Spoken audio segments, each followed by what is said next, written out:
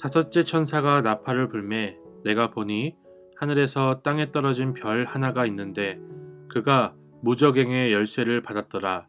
그가 무저갱을 여니 그 구멍에서 큰 화덕의 연기 같은 연기가 올라오매 해와 공기가 그 구멍의 연기로 말미암아 어두워지며 또 황충이 연기 가운데로부터 땅 위에 나오매 그들이 땅에 있는 전갈의 권세와 같은 권세를 받았더라.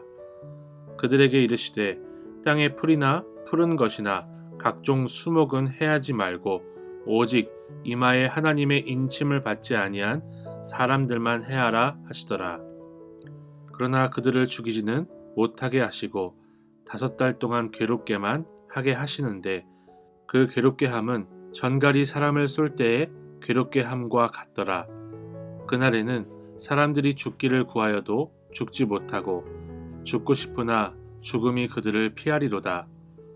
황충들의 모양은 전쟁을 위하여 준비한 말들 같고 그 머리에 금 같은 관 비슷한 것을 썼으며 그 얼굴은 사람의 얼굴 같고 또 여자의 머리털 같은 머리털이 있고 그 이빨은 사자의 이빨 같으며 또 철 호심경 같은 호심경이 있고 그 날개들의 소리는 병거와 많은 말들이 전쟁터로 달려 들어가는 소리 같으며 또 전갈과 같은 꼬리와 쏘는 살이 있어 그 꼬리에는 5달 동안 사람들을 해하는 권세가 있더라.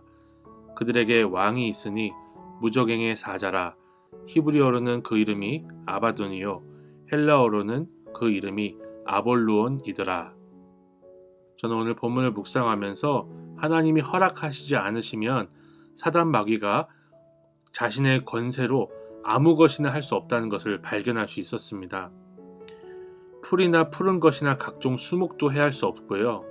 그리고 하나님의 인침을 받은 사람들도 해할 수 없습니다. 인침을 받지 못한 사람들을 해롭게 하고 고통스럽게 하지만 또 주님이 허락하지 않으시니까 죽이지도 못합니다.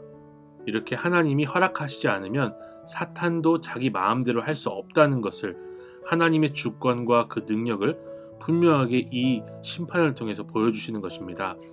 그래서 제가 말씀을 읽다가 요한일서 5장 18절이 생각이 났습니다.